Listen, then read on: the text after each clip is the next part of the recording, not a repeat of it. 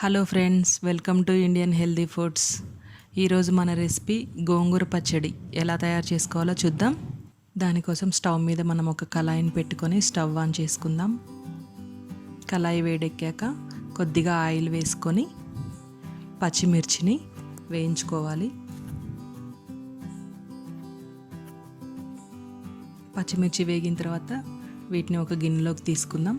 తర్వాత అదే కళాయిలో మనం శుభ్రంగా కడిగి పెట్టుకున్న గోంగూరని వేయించుకుందాం.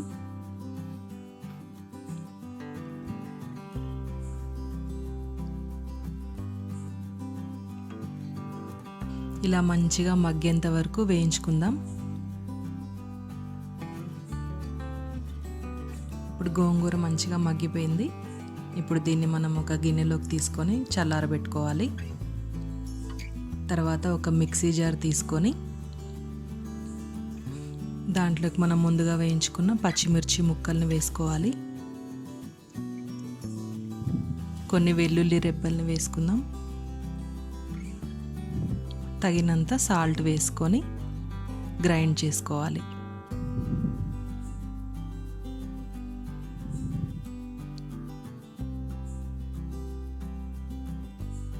ఇలా పచ్చిమిర్చి గ్రైండ్ చేసుకున్న తర్వాత ఇప్పుడు గోంగూరని కూడా వేసుకొని గ్రైండ్ చేసుకుందాం.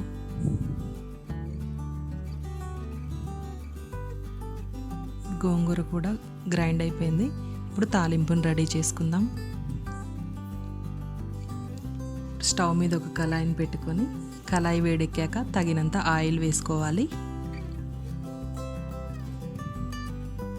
ఆయిల్ వేడెక్కిన తర్వాత కొన్ని ఎండుమిర్చిలను వేసుకుందాం.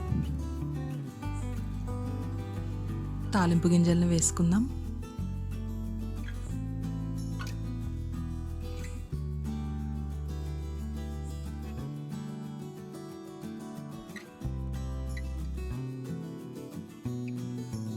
కొద్దిగా కరివేపాకు వేసుకుందాం.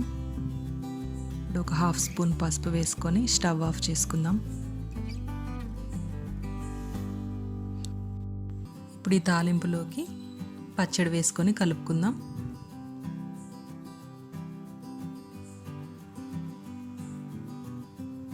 అంతేనండి, ఎంతో టేస్టీగా మనకి గోంగూర పచ్చడి రెడీ అయిపోయింది. మీరు కూడా ఒకసారి ఇలా ట్రై చేసి ఎలా వచ్చిందో కామెంట్ చేయండి.